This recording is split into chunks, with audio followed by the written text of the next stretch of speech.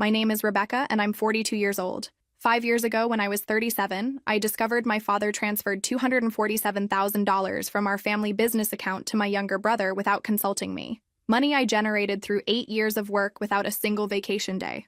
63-hour work weeks, blood, sweat, and countless missed holidays. I didn't scream. I didn't break down. I just waited for him to call me begging for financial help when his empire crumbled to dust just 2 years later. You won't believe what I said to him when that day finally came. Where are you watching from today? Drop your location in the comments below and hit that like and subscribe button if you've ever felt betrayed by someone who was supposed to protect you. You'll definitely want to stick around for what happened next. I grew up in a middle-class family in Ohio. My father, Robert, built a small food distribution company from scratch. Even as a child, I could see the pattern forming. My younger brother, Jason, was clearly the favorite. While I worked in the warehouse after school at 16, Jason received a brand new car for his 16th birthday. When I went to college, I paid my own tuition working part-time jobs. 2 years later, my father paid for Jason's entire education without hesitation. Men need to be prepared to lead, my father would say whenever I questioned the obvious favoritism. You're smart, Rebecca. You'll figure it out. A good child works hard, and you've always been good at that. My mother, always submissive to his decisions, would only say, your father knows what's best for all of us. She passed away when I was 22 after a long battle with cancer. With her death, I lost the only person who occasionally stood between me and my father's relentless expectations. After she died, it seemed like part of my father died too, except when it came to Jason. I remember standing at her funeral, watching my father place his arm around Jason's shoulders. I stood alone, 3 feet away, invisible in my grief. That night, I cried myself to sleep clutching my mother's cardigan. It still smelled like her lavender perfume. Be strong, Becky, she had whispered during our last conversation. Never forget your worth. I didn't realize then how prophetic those words would become. The morning after the funeral, my father called a family meeting. I assumed it would be about grieving together or supporting each other. Instead, he announced, life goes on. The business needs to continue. He looked directly at me. Rebecca, we need someone to take over your mother's accounting duties at the office. You have a business degree. It makes sense for you to step in. I was still numb with grief. Don't I get time to mourn? The best way to honor your mother is through hard work, he replied, his voice devoid of emotion. A good child works hard. That phrase again, his ultimate manipulation tool. Jason, meanwhile, was told to take all the time you need to process his grief. He spent the summer after Mom's death on a European trip my father funded to help him heal. I worked through my grief in 15-minute bathroom breaks, crying silently in the employee restroom before returning to spreadsheets and invoice processing. My salary was barely above minimum wage. Your family, my father said. Your compensation is knowing you're building something for your future. I believed him. That was my first mistake. For years, I clung to the hope that one day my father would see me, really see me, that he would recognize my value not just as a worker, but as a daughter deserving of the same love and opportunities he lavished on Jason. Each night, I'd return to my small rented apartment while Jason lived in the house our father bought him as a graduation gift. I'd review contracts until my eyes burned, determined to prove myself worthy of the love that seemed to come so effortlessly to my brother. Just work harder, I told myself. Eventually, he'll notice. Little did I know then that no amount of hard work would ever be enough. Some people don't value what comes too easily. And to my father, my loyalty and dedication were as expected as the sunrise. What I couldn't see then, what would take me years and heartbreak to finally understand, was that the problem had never been about my worth at all. At 22, armed with my business degree, I returned home determined to prove my value. I joined the family business at minimum wage, while Jason, still in college, received a generous allowance just for learning the business during his summer breaks. For the next 8 years, I worked tirelessly. I arrived at 6 a.m. and left at 9 p.m. I secured new contracts that increased our revenue by 43%. I implemented management systems that saved $95,000 annually. Every Christmas, while Jason received expensive gifts, I got a card saying, "Congratulations on the good work. Keep it up." My father's praise was always conditional, always tied to performance. That's a good quarterly report, Rebecca. Next time, try to increase margins by another 5%. Nice work on the Miller account. Now see if you can get the Thompson contract too. Never just "I'm proud of you" or "you did great." Always with conditions attached. Although my salary improved gradually over the years, much of it went toward paying off the medical bills my mother left behind. The insurance covered only part of her treatments, and my father refused to use company money for it. Business is business, he said. What remained of my salary, I reinvested in the company, believing in the implicit promise that one day part of it would be mine. During my 3rd year with the company, my father called me into his office one evening. "Rebecca, I've been watching your work. You've shown real dedication," he said, his voice uncharacteristically warm.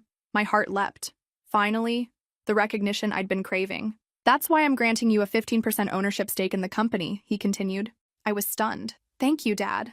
This means so much to me." He nodded, looking slightly uncomfortable with the emotion in my voice. "Well, you've earned it.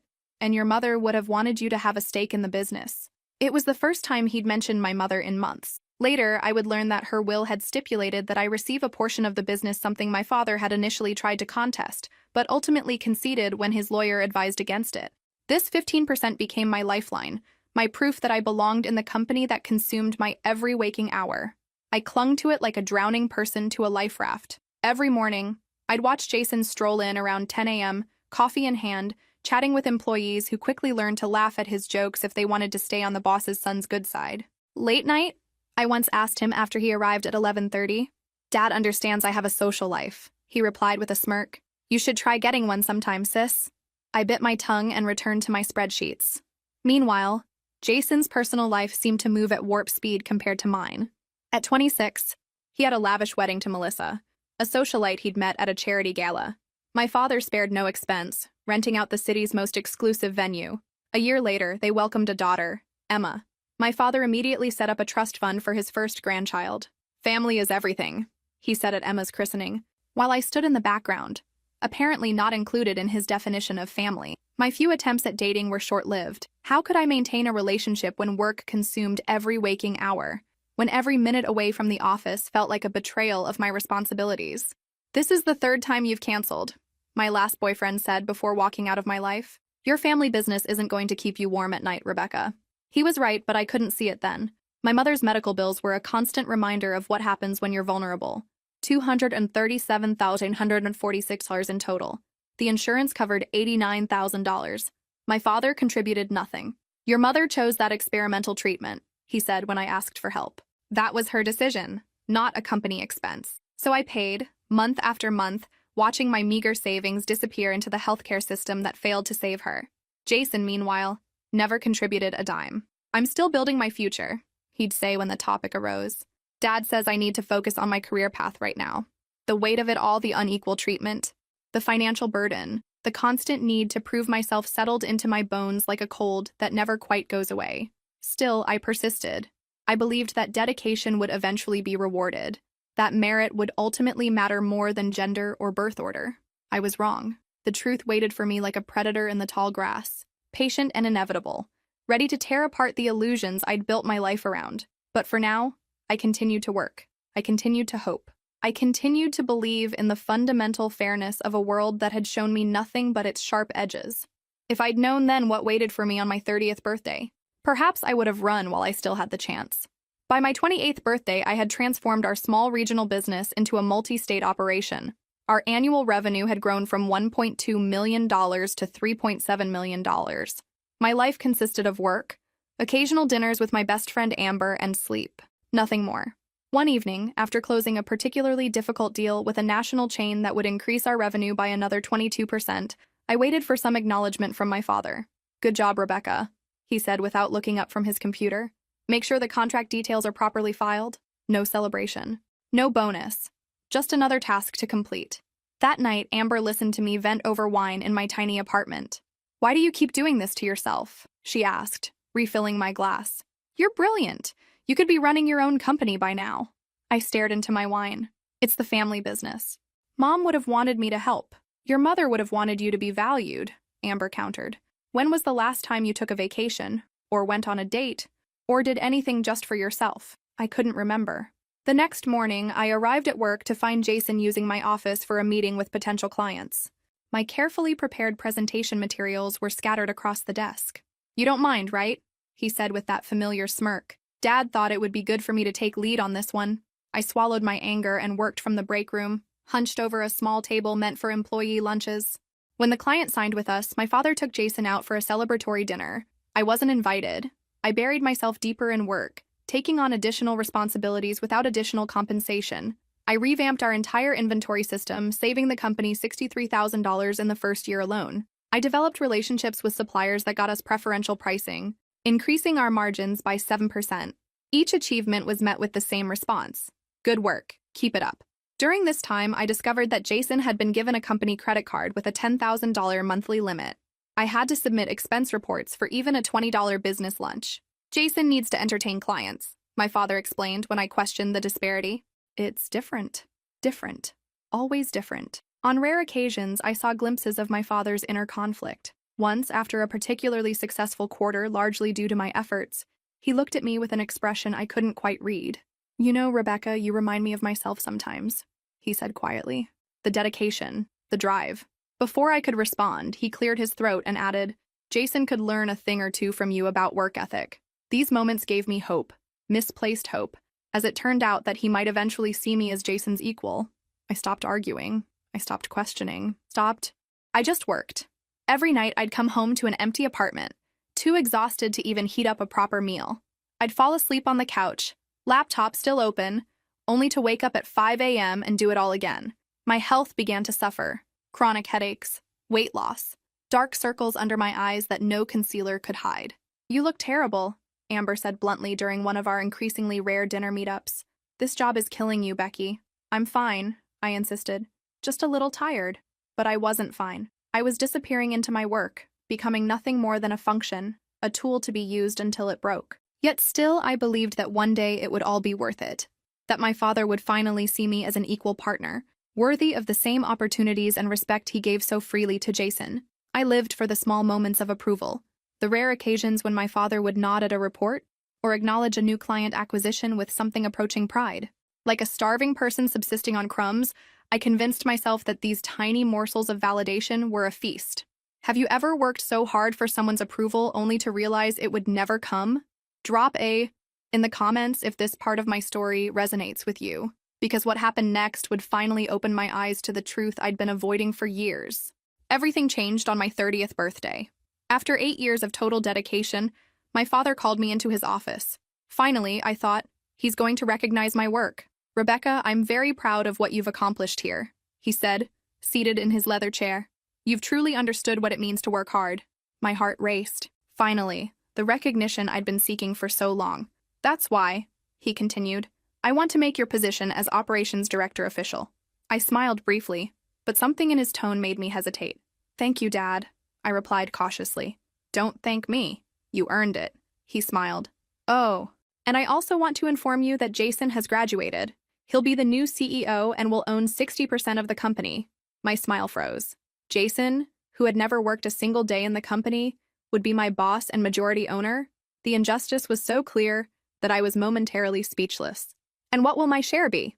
I managed to ask, keeping my voice steady. "You'll keep your current 15%, he answered, as if offering me a great gift. "The rest stays with me for now." In that moment, I thought of my mother.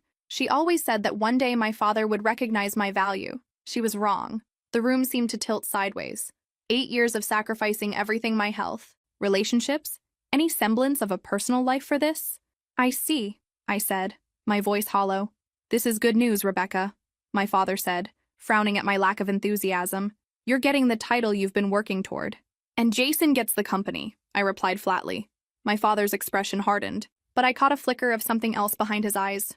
Guilt, doubt. It vanished so quickly I might have imagined it. "Jason is my son. He carries the family name forward." "And what am I?" I asked, surprising even myself with the question. He blinked, genuinely confused. "You're my daughter, of course. Just not the one who matters," I said quietly. His face softened slightly. "That's not fair, Rebecca. You've always been valuable to this company. Without you, we wouldn't be where we are today. Valuable, not loved, not respected. Valuable like an asset on a balance sheet." "When does Jason start?" I asked, changing the subject. "Next Monday. I'll announce it at the staff meeting." I nodded, stood up, and walked to the door. "Rebecca," my father called after me. "Happy birthday." I closed the door without responding. In the restroom, I splashed cold water on my face and stared at my reflection. I hardly recognized the woman looking back at me, thin, pale, with dark circles under her eyes. When had I become this person? When I returned to my desk, there was a small gift box waiting for me. Inside was a silver pen with the company logo engraved on it. The card read, to many more years of success. Dad. The same pen he gave to all executives who reached 5 years with the company. Not a personal gift, a corporate milestone recognition. That night, I didn't cry. I was beyond tears. Instead, I pulled out an old photo album my mother had kept. Pictures of me as a child, winning science fairs, graduating with honors, always achieving, always trying to earn the love that should have been freely given. On the last page was a note my mother had written before she died. Remember who you are, Rebecca. Your worth isn't measured by others' recognition. I'd forgotten that. Somewhere along the way, I'd lost myself in the desperate quest for my father's approval. As I closed the album, my phone rang. It was Amber. Happy birthday. Please tell me you're not still at the office. I told her about my father's announcement. That's it, she said firmly. I'm coming over.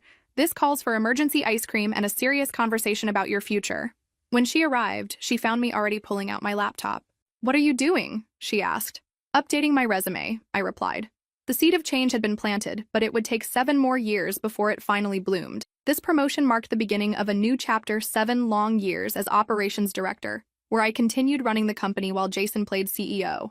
He'd breeze in for important client meetings that I'd prepared, take credit for my strategies, and disappear for weeks to develop new business relationships on golf courses and yachts. During those 7 years, Jason's marriage to Melissa fell apart. They divorced when Emma was 3, and Jason's visits to his daughter became increasingly rare. His priorities were clear. Himself first, always. Meanwhile, I continued to excel in my role, expanding the business to neighboring states and increasing our annual revenue to nearly $10 million. Each success only seemed to reinforce the status quo, Jason as the figurehead, me as the workhorse. By the time I turned 37, I had long stopped expecting recognition. I had made peace with my role, or so I thought. But something was about to change everything. 7 years after my promotion, when I was 37, something finally pushed me over the edge. The company had just recorded its most profitable quarter ever, largely due to a new distribution contract I'd secured after months of negotiations. During the executive meeting to discuss the quarterly results, Jason announced budget cuts across all departments to increase profitability margins. These cuts will include a freeze on all bonuses and raises, he declared, not meeting my eyes. After the other executives filed out, I confronted him. The company just had its best quarter ever. Why are we cutting budgets? Jason smirked. Strategy, sis. Dad and I have some major investments planned. What investments? I asked. This is the first I'm hearing about it. Above your pay grade, he replied, closing his laptop. Operations directors don't need to concern themselves with high-level financial strategy. Something in his tone, the casual dismissal combined with the smug certainty that I wouldn't challenge him, broke something in me. 7 years of suppressing my anger, of accepting my place, suddenly felt unbearable. That evening, I decided to investigate exactly what investments they were planning. As operations director, I had access to most company records, but there were certain financial documents that only my father and Jason could view. I noticed discrepancies in our main account. Several large withdrawals without corresponding invoice numbers, each just under $50,000, small enough to avoid triggering the dual signature requirement for large transactions. I needed the complete transaction records to understand what was happening. My father was traveling, and his office was locked, but I knew where the spare key was kept. In the digital file, I found 5 suspicious transfers from 6 months earlier, totaling $247,000. Searching for the corresponding physical documentation in my father's confidential office archive, I discovered a folder marked Estate Planning. Inside, I found the signed authorizations from my father to transfer the money from the main corporate account to a personal account in Jason's name. The justification: advance on future profits for investments. Money that came directly from the profits I had generated with contracts I had closed. In the same folder, I found a document from 3 years ago, a will where my father had left the family home, our only real asset, exclusively to Jason. In the corner of the document, a handwritten note: Rebecca will always manage. She knows how to work hard. The family home, the one my mother had lovingly decorated, where I'd grown up, the last physical connection to her would go to Jason, who had barely lived there after college. I took photos of everything with my phone. My hands trembled, but my mind was strangely calm. I discreetly consulted a lawyer friend who confirmed that the transfers were legally questionable since they weren't properly documented as dividends or loans. You could potentially sue, he told me, but it would be costly, time-consuming, and would likely destroy both the company and any relationship with your family. Plus, your father could claim these were advanced distributions against future profits, which might be legally defensible given his controlling interest. That night, I looked at my mother's photo on my nightstand. You were right, Mom, I whispered. It's time to take care of myself. The magnitude of the betrayal was overwhelming. Not just the money, though $247,000 was a staggering sum, but the calculated way they had hidden it from me, the casual disregard for my contributions, and most painfully, the proof in black and white that I would never be seen as an equal. 7 years I had continued hoping things would change. 7 years of telling myself that if I just worked harder, achieved more, proved myself beyond any doubt, my father would finally see me as worthy. The realization that nothing would ever be enough hit me with the force of a physical blow. I was done waiting for approval that would never come. The next morning, I woke up with a clarity I hadn't felt in years. For the first time since my mother died, I knew exactly what I needed to do. I dressed carefully in my best suit, the one I reserved for meeting our most important clients. I styled my hair, applied makeup with precision, and even put on the pearl earrings my mother had left me. Today, I needed her strength. When I arrived at the office, my father was already there, coffee in hand, reviewing some papers at the conference table. "You're looking nice today," he commented, barely glancing up. "Client meeting?" "No," I replied, setting my bag down. "I wanted to talk to you about something I found yesterday." His expression didn't change, but I noticed his fingers tighten slightly around his coffee mug. "Oh? What's that?" I was finalizing the quarterly report and noticed some discrepancies in the main account. So I checked the transaction records. Now he looked up, his eyes narrowing. "You were in my office?" "I needed the files to do my job," I replied evenly. That's when I found the transfer authorizations. 5 separate transfers totaling $247,000 to Jason's personal account, each just under the dual signature threshold. My father set his coffee down slowly. "Those transfers were a business decision, Rebecca, not something you needed to be consulted on. A business decision to transfer company profits to your son's personal account? Profits generated largely by my work? The money is still in the family," he said dismissively. "Jason is investing it for his future, for the future of this company." "What investments has he made so far?" I asked. My father hesitated. "That's between Jason and me." "I also found your will," I continued, my voice steady despite the anger building inside me. "The note you wrote about me was particularly illuminating." Color drained from his face. "You had no right to look at those documents. And you had no right to steal my future," I countered. 8 years of working myself to exhaustion to build this company, then 7 more years running it while Jason played CEO. For what? So you could give everything to Jason anyway? For a moment, he looked genuinely conflicted. "Rebecca, it's complicated. The business world, it's still a man's world in many ways. Jason will face challenges you don't understand." "Don't patronize me," I said coldly. "Jason has never faced a challenge in his life that you didn't solve for him. You don't understand how business works," he said, standing up. "Jason needs capital to establish himself, to build connections, to represent this company the way a leader should. And I don't? Because I'm a woman? Or because I'm just the reliable one you can always count on to pick up the slack? That's not fair, Rebecca. You've been compensated for your work." I laughed bitterly. Compensated? With a salary barely above market rate? While Jason gets gifts, trips, a house, and now nearly $250,000 of company money? You've always had a roof over your head, food on your table. "I paid for those things myself," I interrupted, "with the money I earned. Money you consistently underpaid me while telling me I was building something for the future, a future you never intended to include me in." He rubbed his temples, clearly frustrated. "What do you want, Rebecca? A bonus? Fine. I'll authorize $20,000. The insult was so profound I almost couldn't breathe. 15 years of dedication, $247,000 stolen from under me, and he thought $20,000 would make it right. "I want what I've earned," I said quietly. "Equal ownership with Jason, and back pay for all the years you underpaid me while I essentially ran this company." My father stared at me as if I'd grown a second head. "That's ridiculous. You can't possibly expect—" "Why not? Because I'm your daughter, not your son? Because I didn't go to the right schools or play golf with the right people? Because Jason is my heir," he snapped, finally revealing the truth that had always lingered beneath the surface. The word hung in the air between us. Heir. Not because Jason was more qualified, not because he had worked harder, simply because he was the son. I nodded slowly, a strange calm settling over me. "I see. Thank you for finally being honest." "Rebecca," he began, his tone softening, realizing he'd said too much. "No," I held up my hand. "Don't. At least now I know where I stand." I turned and walked back to my office, closed the door, and began drafting my resignation letter. For the first time in years, I felt something like peace. The truth, however painful, was freeing. I was finally seeing my situation clearly, without the distortion of hope or familial obligation. My phone buzzed with a text from Amber.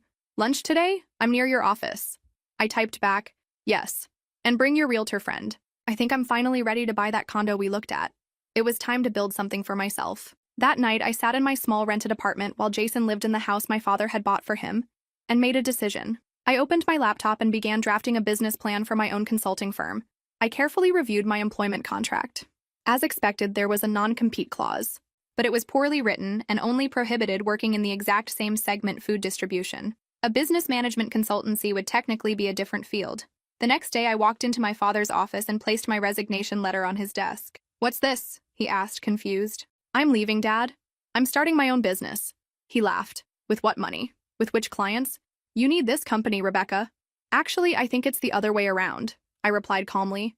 "As a minority shareholder with only 15%, I have few options besides leaving. Thank you for teaching me that a good child works hard."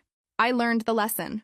Before I left his office, I turned back to him. "Oh, and I know about the $247,000 you transferred to Jason, and about the will." The color drained from his face. I walked out feeling lighter than I had in years. The weight of seeking approval from someone who would never truly give it had finally lifted from my shoulders. That afternoon, I cleared out my desk. Employees watched in confusion as I packed 15 years of my life into a single cardboard box. "You're leaving?" asked Maria from accounting, who had been with the company since before I joined. "Starting my own consulting firm," I told her with a smile. Her eyes widened. "Really? Wow. What does your father say?" "He thinks I'll fail," I answered honestly. She glanced around to make sure no one was listening, then leaned in. "For what it's worth, we all know who really runs things around here. If anyone can succeed, it's you." By the end of the day, 3 employees had discreetly asked if I might be hiring soon. At home, I set up a makeshift office in my dining area. My savings weren't substantial, $43,000 after years of paying my mother's medical bills, but it would be enough to rent a small office space and sustain me for a few months until I secured clients. Starting a business wasn't as simple as I'd imagined. There were licenses to obtain, insurance to purchase, marketing materials to create. Each step cost money I couldn't afford to waste. I spent hours researching the most cost-effective solutions, making every dollar count. I spent the weekend creating a website, business cards, and a formal business plan. On Monday morning, I signed a lease for a modest office downtown. My father called that evening. "This is ridiculous, Rebecca. You're throwing away everything we've built." "Everything I've built," I corrected him. "And I'm not throwing it away. I'm finally building something for myself. You'll be back in a month when you run out of money," he predicted. "This little tantrum won't get you anywhere." "It's not a tantrum, Dad. It's a business decision. Just like your decision to transfer $247,000 to Jason without consulting me." He was silent for a moment. "I always thought you understood what family means, what loyalty means." "I do understand. That's why I stayed for 15 years. Working myself to exhaustion while you gave everything to Jason. But now I understand something else too. Loyalty should go both ways. Jason is family too," he said defensively. "Yes, he is. The difference is, you actually treat him like it." I ended the call before he could respond. That night, I created a LinkedIn profile announcing my new venture. By morning, I had messages from 3 former clients asking about my services. I was careful in my responses, mindful of the non-compete clause. "While I can't work directly in food distribution," I wrote, "my new consultancy focuses on operational efficiency and management systems areas where I have extensive experience that could benefit various industries." It was a fine line to walk, but I was determined to stay on the legal side of it. The last thing I needed was a lawsuit from my father. The first month was the hardest. I had one small client who took a chance on me, but the income barely covered my office rent. I began to wonder if my father was right, if I would fail and be forced to crawl back. No. I refused to let that happen. I would live on ramen noodles before I'd give him the satisfaction. If you've ever had to make a difficult decision about your family, leave a in the comments. Your support means a lot to me. This was just the beginning of my journey. The road ahead would be challenging, but for the first time in years, it was my road to choose. "Rebecca, you're overreacting," my father said when he confronted me in the parking lot the next day. "Everything I did was to protect the family legacy." "What legacy, Dad?" "The legacy of exploiting your own daughter? Of making her believe her value depends on how much she works? You don't understand how business works," he replied, irritated. "Jason is a man, he needs—" "Stop," I interrupted. "I don't want to hear more excuses. I'm leaving, and although I can't take clients directly due to the contract, everyone knows who really maintained those relationships." "You can't do this!" he shouted. It's betrayal! No, Dad. Betrayal is what you did to me all these years. What about your share in the company? He asked, trying to intimidate me. I'm keeping my 15%. When the company is worth something again, let me know, I replied, getting into my car. Driving home, I thought about how my mother had faced her cancer with dignity, never letting the disease define who she was. Now it was my turn to face my own battle with the same strength. The first month of my new business was harder than I'd anticipated. Despite interest from former clients, many were hesitant to fully commit. My father had apparently been making calls, suggesting I was unstable and my new venture was doomed to fail. I worked from my small office, a converted storage room above a coffee shop. The rent was affordable at $750 per month, but a far cry from the executive suite I'd left behind. Each morning, I'd arrive at 7 a.m., make a pot of coffee, and begin cold calling potential clients. Each evening, I'd return home exhausted, but with a different kind of tiredness, the satisfaction of building something of my own. The learning curve was steep. I'd spent years running operations for my father's company, but had little experience with sales, marketing, or the dozens of administrative tasks that come with owning a business. I made mistakes in an advertising campaign that ate through $5,000 with minimal results, a pricing structure that undervalued my services, a poorly negotiated office lease. Each failure taught me something valuable. I adjusted, adapted, and kept moving forward. 6 weeks in, I landed my first major client. A regional grocery chain I'd worked with at my father's company reached out directly. "We miss your insight," the purchasing director told me over lunch. "Things haven't been the same since you left." "My contract has a non-compete clause," I reminded him carefully. He smiled. "For food distribution. We're hiring you as a management consultant to optimize our operations." Completely different service.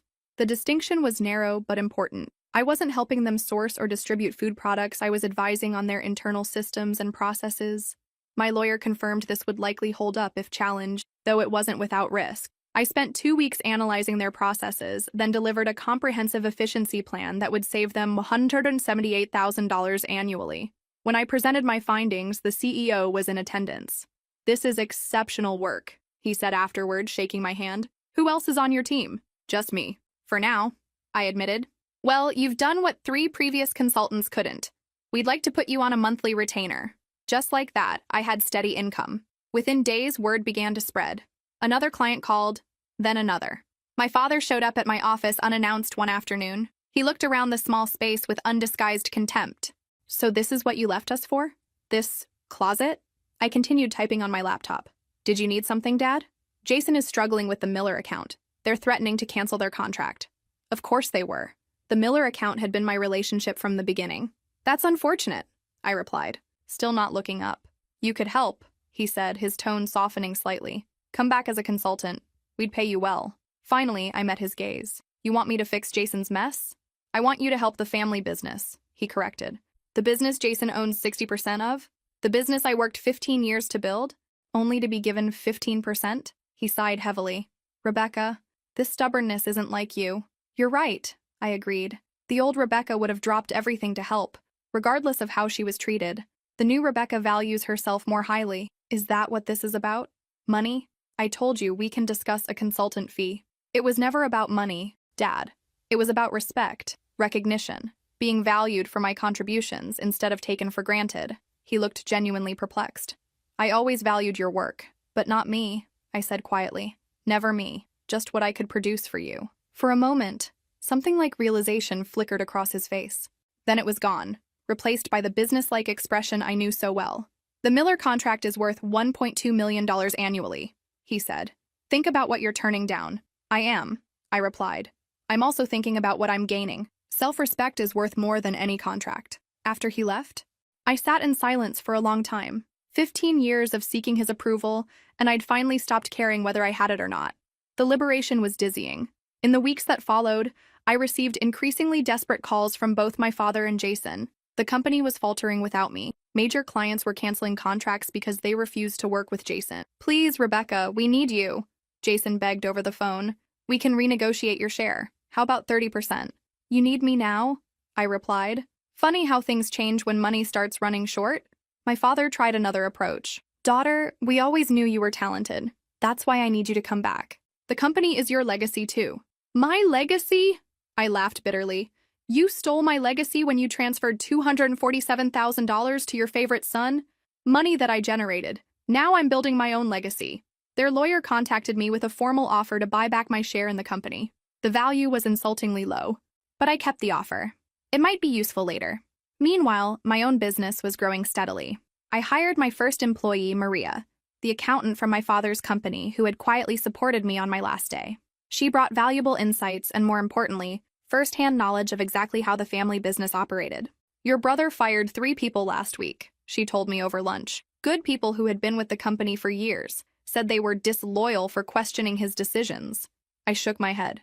What kind of decision? He's cutting corners on quality control, changing suppliers to cheaper alternatives without considering reliability. The operations are a mess since you left.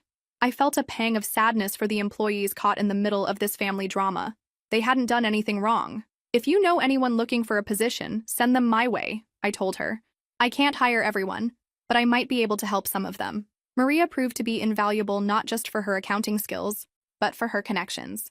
She knew every vendor, every client contact, and every employee who might be looking for a change. She became my right hand as the business grew, eventually becoming our CFO as we expanded. "You're different as a boss," she told me one day after we'd landed a particularly challenging client. "You actually listen to ideas. You give credit where it's due." "I learned from my father's mistakes," I replied simply. Hiring was a significant financial commitment. Each new employee meant salary, benefits, office space, equipment. I ran the numbers obsessively, making sure each hire would generate enough revenue to justify the expense. I grew more cautiously than I might have wanted, but sustainability was my priority. By the end of my 3rd month in business, I had 3 employees and an office that no longer felt cramped. My client list was growing, primarily through word-of-mouth referrals. One evening, as I was preparing to leave the office, my phone rang with an unknown number. "Rebecca Carter," I answered. "Ms. Carter, this is Thomas Wilson from Northeastern Food Distributors." My heart skipped a beat. Northeastern was the largest distributor in our region and my father's biggest competitor. "What can I do for you, Mr. Wilson?" "I've been hearing good things about your consulting work. We're looking to optimize our operations in the Ohio region. Would you be interested in discussing a potential collaboration?" Working with my father's competitor would be the ultimate statement of independence. It would also likely sever any remaining chance of reconciliation with my family. "I'd be happy to meet," I heard myself say. "When works for you?" We scheduled a meeting for the following week. As I hung up, my phone immediately rang again. This time, it was my father. "I just heard from Tom Wilson," he said without preamble. "He's approaching you for consulting." News traveled fast in our industry. In our small business community, executives dined at the same restaurants and belonged to the same country clubs. Word about Robert Carter's rebellious daughter starting her own firm had been the talk of the town for weeks. "Yes, we're meeting next week," I confirmed. "You can't do this, Rebecca. They're our biggest competitor. It would be a direct betrayal of your family." "I don't work for you anymore, Dad. I can meet with whoever I want." "If you do this," he said, his voice low and threatening, "you're no longer my daughter." The words should have hurt. Instead, they clarified everything. "Dad," I said gently, "I stopped being your daughter the moment you decided Jason was the only child who mattered. I'm just finally accepting what you've known all along." This time, I was the one who hung up first. That night, I couldn't sleep. Not because I doubted my decision, but because I was finally grieving the relationship with my father that I'd never truly had and never would. The meeting with Northeastern went well, but I approached it cautiously. I made it clear that while I could help optimize their systems, I wouldn't share any proprietary information about my father's company. They respected my ethics, and we signed a contract the following week. It was a significant milestone, my first client that had no connection to my previous work. A client I had earned entirely on my own merit. As my business grew, so did my confidence. The woman who had spent years seeking validation was disappearing, replaced by someone who knew her own worth. 6 months later, my consultancy had 5 employees and a growing client list. Though I couldn't directly approach my father's clients due to the non-compete clause, many sought me out on their own after hearing about my departure. I rented a small but elegant office downtown and, for the first time in my life, was completely in control of my destiny. That's when I received the news. My father's company was on the verge of bankruptcy. Jason had made risky loans and lost major contracts. My father appeared in my office without warning. "Rebecca," he said, with tired eyes and grayer hair than I remembered, "I need your help. The company is sinking." "What happened to all that money you transferred to Jason?" I asked calmly. He looked at the floor. "Jason invested it all in a cryptocurrency scheme that promised quick returns. He lost every last cent when the platform collapsed." The full story came out slowly. Jason had met a financial advisor at a golf club who convinced him to invest in a new cryptocurrency that was guaranteed to multiply in value within months. Without doing any due diligence, Jason had transferred the entire $247,000 into the scheme. When my father questioned him, Jason insisted it was a sure thing. 3 months later, the platform vanished overnight, along with thousands of investors' money. The FBI was investigating, but there was little hope of recovering any funds. I trusted him, my father said, his voice hollow. I thought giving him that responsibility would make him grow up. Instead, it enabled his worst instincts, I replied. Just like you've always done. He didn't deny it. Rebecca, please. This is different. The company your mother helped build. Don't. I interrupted, my voice sharp. Don't use Mom to manipulate me. She would be heartbroken to see how you've treated me all these years. He flinched as if I'd struck him. I never meant to hurt you. I was just trying to ensure the company's future. By giving everything to Jason, how did that work out? He had no answer. What exactly do you want from me? I asked finally. Come back. Help us restructure. Save the company. As what? An employee? A consultant? Or as an equal partner with Jason? He hesitated. We can discuss terms. No, I said firmly. No more discussions. No more vague promises. If you want my help, Jason steps down as CEO, and ownership is split equally between the three of us, 33.3% each. Those are my terms. Take them or leave them. He stood there, conflict evident on his face. For a moment, I thought he might actually agree. Then his expression hardened. You're being unreasonable. Jason is still my son, and I'm still your daughter. The difference is I've proven my value to the company while Jason has nearly destroyed it. He made mistakes, my father admitted. But with your help, my help comes with conditions now, Dad. I'm not that desperate little girl seeking your approval anymore. As he turned to leave, he paused at the door. You know, you're a lot like your mother. She was stubborn too. For the first time in our conversation, I smiled. Thank you. That's the nicest thing you've ever said to me. After he left, I sat at my desk for a long time, thinking about the choice I'd just made.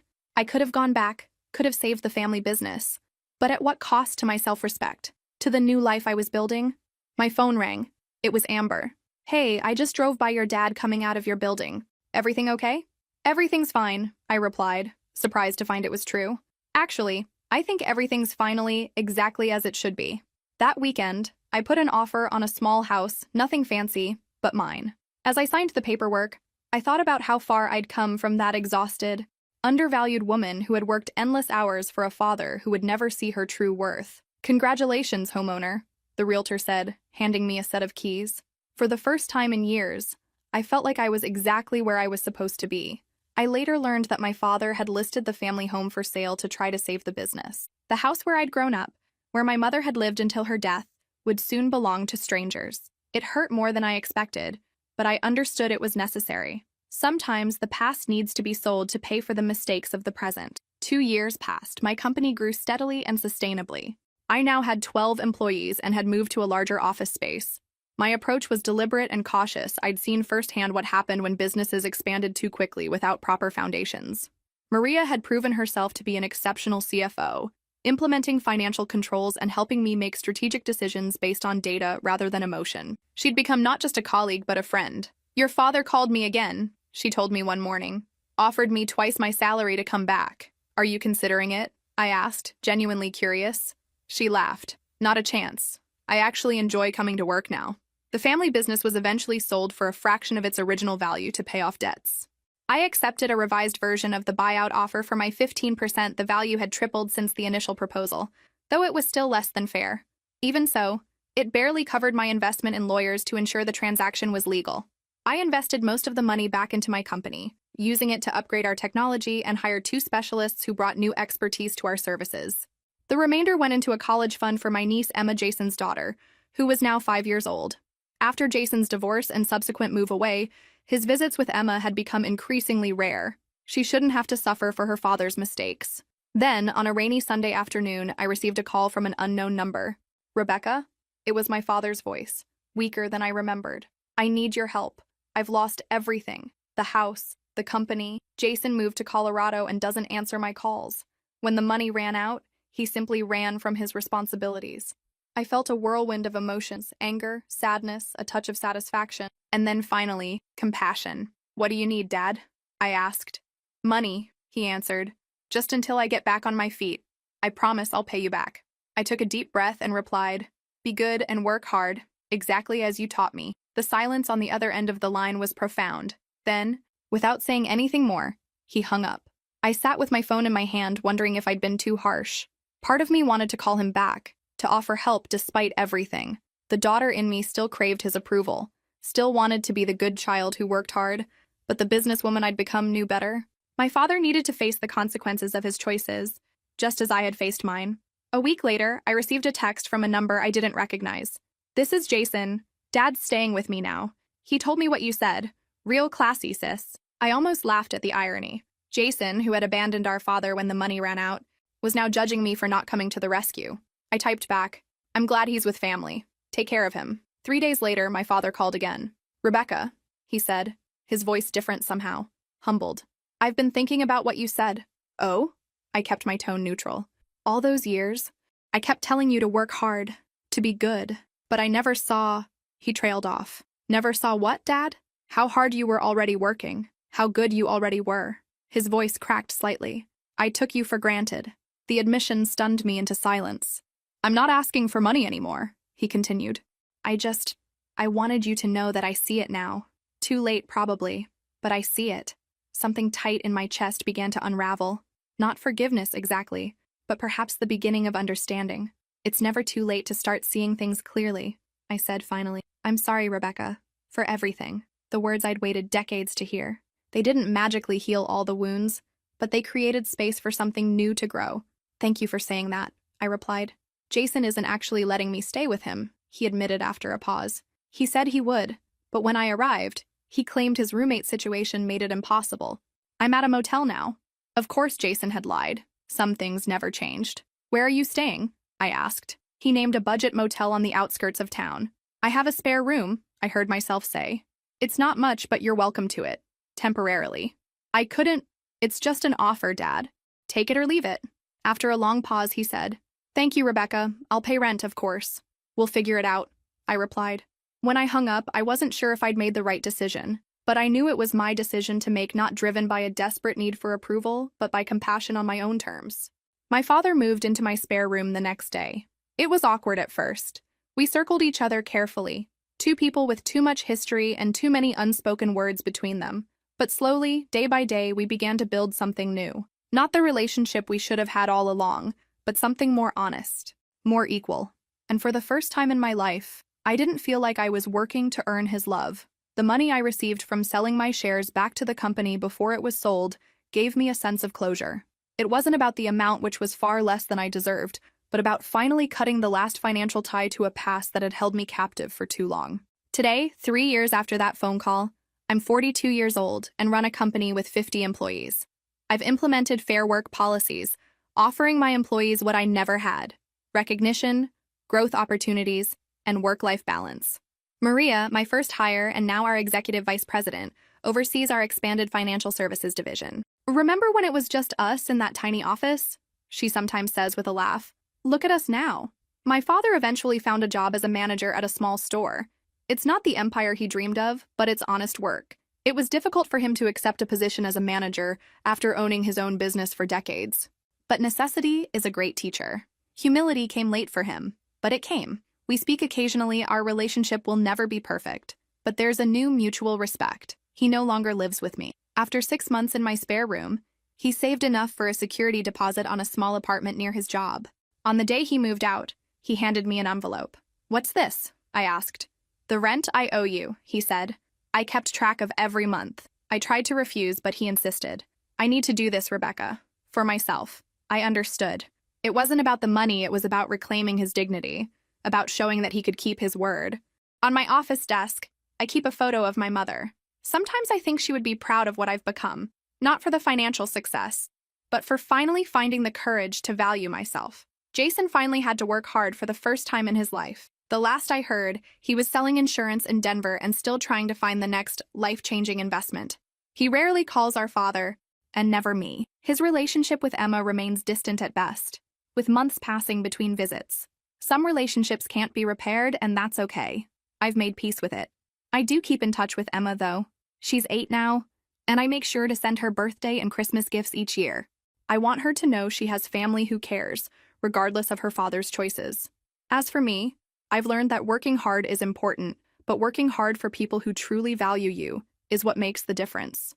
I've learned to set clear boundaries and recognize my own worth. Growing my business from one person to 50 wasn't easy. There were months when I worried about making payroll, clients who paid late, projects that went over budget.